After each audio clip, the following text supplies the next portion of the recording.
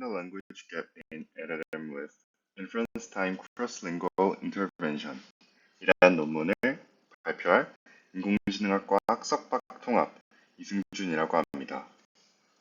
발표 시작하겠습니다.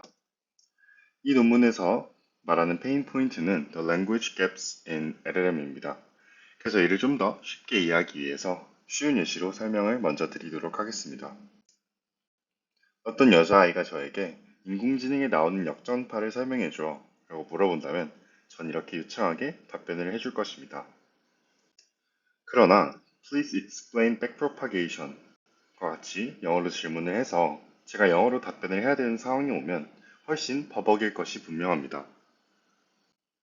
실제로 챗봇도 학습하는 과정에서 사용된 언어별 비중이 상당하게 다르기 때문에 언어마다 성능 차이가 확연하게 드러나는 것을 확인할 수 있습니다. 그렇다면 이러한 랭귀지 갭 문제를 어떻게 해결할까요?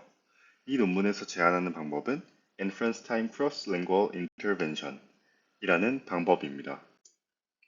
이 또한 이해해 보겠습니다. 아까 사용한 예시를 불러와서 챗봇의 관점에서 저를 이해해 본다면 프리트레이닝을 1살부터 19살까지 한국에서 한국어로 공부해온 이승준, 파인튜닝을 대학에서 전공 수업을 들으며 인공지능을 공부한 이승준, 인프런스를 역전파를 영어로 설명해야 하는 이승준이라고 이해할 수 있을 것 같습니다. 그러면 이제 어떻게 이승준이 영어로 역전파를 잘 설명하게 할 수 있을지 생각해 보겠습니다. 첫 번째 방법은 어렸을 때부터 영어 유치원, 영어 책을 읽게 시키는 것입니다. 즉, 프리트레인 단을 걷는다고 볼 수 있겠죠?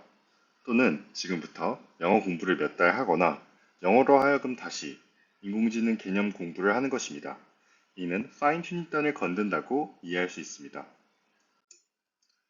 실제로 사전학습들을 보면 다양한 언어에 대해서 웹 코퍼스를 구축한 뒤에 대규모 다국어 사전학습을 하거나 아니면 멀티태스크 파인튜닝을 하는 연구들이 있음을 확인할 수 있습니다.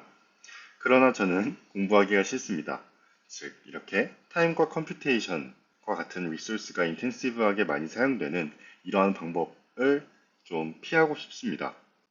그래서 어떻게 에피션트하게 이승준이 영어로 역전파를 잘 설명하게 할지 생각해 봐서 나온 결론이 바로 설명할 때 영어 어휘장을 inference time을 건든다는 뜻이겠지요. 이렇듯 inference time intervention은 실제 LLM에서 모델 파라미터를 바꾸지 않고 inference time에서의 내부 표현을 조정하여 성능을 향상하는 메소드라고 볼 수 있습니다.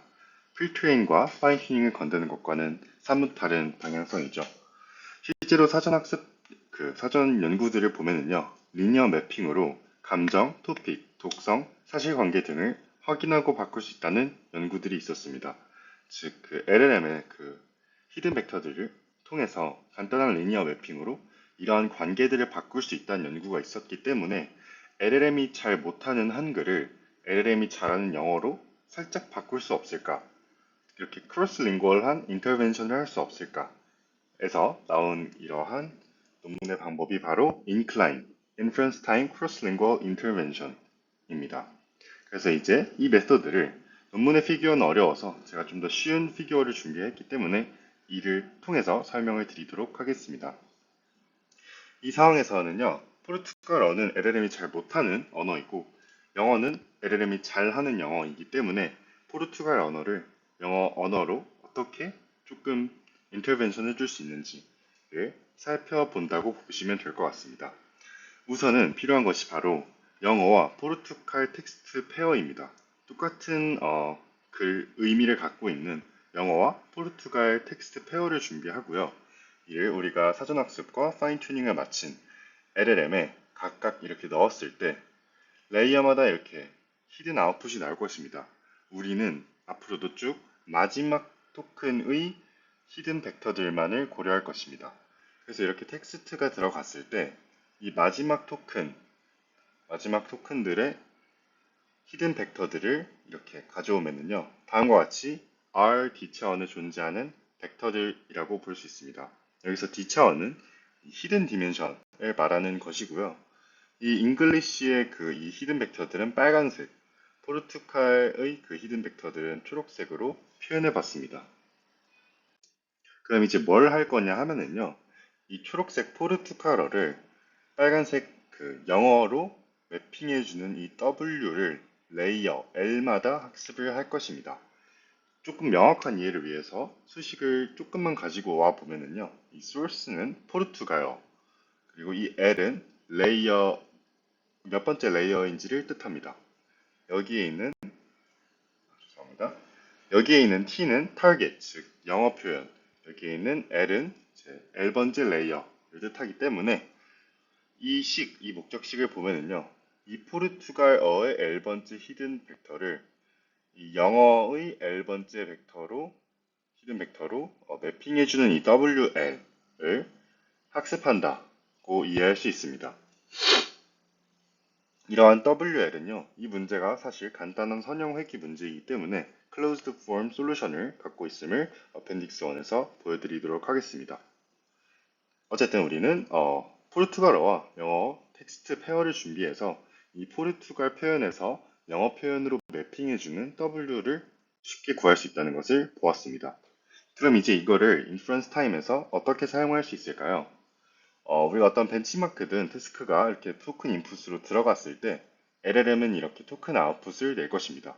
이때 우리는 이 토큰 인풋의 마지막 토큰 딱 이 부분 한 부분만 건드립니다. 어떻게 인터벤션을 하냐면 원래는 우리가 이 포르투갈 표현을 그대로 사용을 했었죠. 그래서 여기 포르투갈 레이어 1부터 레이어 n까지 이렇게 그래서 원래 사용을 했었는데 이 각각의 이 히든 벡터들을 조금씩 인터벤션을 해줍니다. 영어 표현을 조금씩 섞어줘요. 어떻게 섞냐 하면은 우선은 이 포르투갈 언어 표현으로 예측되는 리니어 매핑으로 예측되는 영어 표현을 구해줍니다. 그 다음에 우리가 원래 쓰던 이 포르투갈어 표현에서 영어 표현을 조금 알파만큼 섞어서 최종적으로 H믹스를 구해주고요. 그걸로 얘를 대체해 준 다음에 또 레이어 지나서 그걸로 얘를 또 대체해주고 대체해주고를 반복해서 이 포르투갈 표현에 영어 표현을 조금씩 스며들게 해준다. 고 이해할 수 있을 것 같습니다. 그래서 이게 이제 논문에서 제공한 피규어인데요. 이 파란색을 보시면요. 이 레이어 L에서 L-1에서 L로 넘어갈 때 이 히든 벡터가 원래는 이 초록색 프로토콜 표현이었다면 이제는 HMix 영어 표현이 빨간색이 조금씩 섞인 표현을 가짐을 볼 수 있습니다. 그래서 포르투갈어가 들어왔을 때 원래는 그냥 초록색으로 LLM이 답변해야 했던 것과는 달리 트랜스포메이션을 거쳐서 이렇게 영어 표현이 좀 더 섞인 분포가 조금 바뀐 이 표현에서 LLM이 답변을 할 수 있음을 보여줍니다. 이를 시각화하면 다음과 같습니다. 영어 표현과 포르투갈어 표현을 두 개의 그 PCA 축을 구해서 시각화하면 다음과 같았는데 인클라인을 적용하고 나니까, 즉 인터벤션을 적용하고 나니까 그 두 분포가 상당히 유사해졌음을 확인할 수 있습니다. 네, 이를 정리해 보면요, 인클라인은 추론 순간에 마지막 토큰의 표현을 영어 표현 공간으로 정렬하여 학습 없이도 다국어 성능 격차를 값싸게 메우는 방법이라고 정리할 수 있을 것 같습니다. 때문에 이 인클라인의 성능을 이제 증명하기 위해서는 다국어 벤치마크에서 인클라인을 사용할 때와 안 할 때 언어마다 평균적인 성능 차이를 비교하면 효과를 확인할 수 있을 것 같습니다.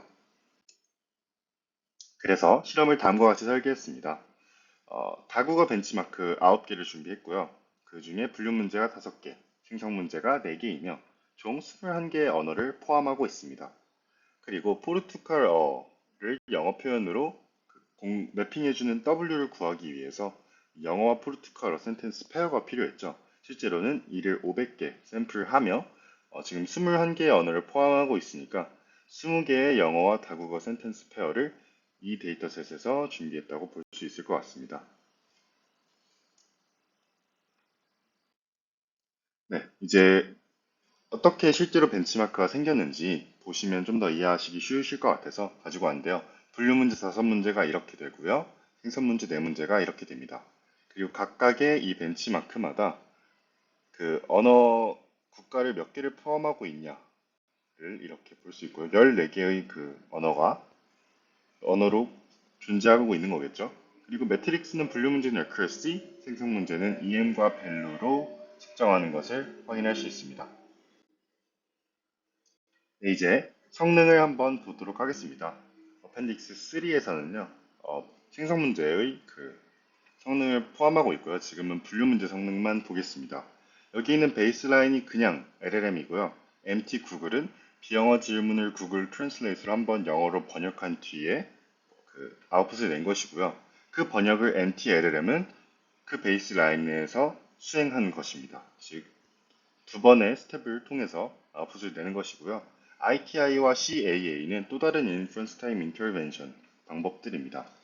인클라인 여기서 봤을 때 거의 많은 부분에서 소타를 보이며 몇 부분에서는 MT 구글에게 뒤지는 모습을 볼 수 있는데요. 재밌는 점은 여기에 있는 View Unseen은 이 벤치마크에서 이 챗봇을 학습할 때 사용하지 않은 언어의 성능을 보여주는 것입니다. 이 Unseen에 있어서는 MT 구글이 상당히 획기적으로 높은 성능을 보여주는 것을 확인할 수 있습니다. 어쨌든 인클라인이 상당히 좋은 성능을 보임은 확인할 수 있었습니다. 그래서 컨클루전을 내도록 하겠습니다. 오늘 좀 필요 없을 것 같아서 모든 실험 결과를 가져오지는 않았지만 다양한 LLM에서 일관된 향상을 보여주었음을 논문에서 보였고요. 모델이 클수록 영어 표현 공간의 품질이 높아지기 때문에 상대적인 개선폭 또한 커지며 추가적인 프리트레인이나 파인튜닝 없이 인퍼런스에서 마지막 토큰의 히든을 바꾸는 이 12%의 지연, 실제로는 0.8초 정도 됩니다. 그 정도의 지연만으로 높은 성능 향상을 보여주었습니다. 또한 모델 스페시픽한 방법이 아니기 때문에 모델을 한계없이 적용 가능한 메소드입니다. 단점을 살펴보면요. 언어 쌍별 W가 필요하다는 것이고요. 멀티링구얼 연구가 부족합니다. 또한 히든 표현을 건드려야 하므로 폐쇄형 API에서는 적용할 수가 없고요. 마지막 토큰에 1회 개입하는 것이 최선의 성능 향상을 이끄는지와 같은 검증은 이 논문에서 제시하지 않았습니다. 네, 여기까지 발표를 마치라고 하고요. QA 시간을 가질 수 없기 때문에 어펜딕스를 조금씩 살펴보고 맞춰보도록 하겠습니다. 첫 번째 어펜딕스는 리니어 매핑 W를 구할 때 이렇게 구할 수가 있다고 말씀드렸는데 이게 클로즈드 폼 솔루션을 갖는다고 말씀드렸습니다. 그 솔루션은 이렇게 구할 수 있습니다. 그냥 선형 회귀 문제이기 때문에 이렇게 프로토칼 표현과 영어 표현을 넣어서 바로 구할 수 있는 값이고요. 어펜딕스 2는 페어에서 500개의 샘플을 사용하였다고 하는데요. 실제로 샘플을 많이 사용할수록 타임은 많이 들고요. 어큐러시는 올라가다가 어느 이상부터 떨어지는 결과를 보여주었다고 합니다. 그래서 500개가 이 두 방면이 있어서 적당하기 때문에 그걸 사용했다고 합니다. 생성 문제, 그 4개의 벤치마크에 대한 성능 결과는 다음과 같습니다. 그리고 알파는요, 우리가 히든, 포르투갈 표현에서 영어 표현을 알파만큼 섞었었는데 그 알파가 마이너스 1부터 1까지 달라짐에 따라 어떻게 성능이 바뀌는지를 표현한 것입니다. 그래서 언어마다 상당히 다른 양상을 보여주고 있는 것을 확인할 수 있습니다. 네, 어펜딕스 5는 잠깐 지나갔지만 히든 스테이트가 아니라 어텐션 레이어나 FF 레이어에서는 어떻게 성능이 바뀌는지를 보여주는 표였고요. 마지막으로 이 to French는 우리가 영어 표현으로 다국어 표현을 정렬을 했는데요. 그게 영어가 아니라 프렌치어도 상관없이 일관되게 높은 성능을 인클라인이 보여줄 수 있다. 즉, 인클라인은 언어 스페시픽한 모델도 아니다. 라는 것을 보여주었습니다. 네, 이제 진짜로 발표 마치도록 하겠습니다. 감사합니다.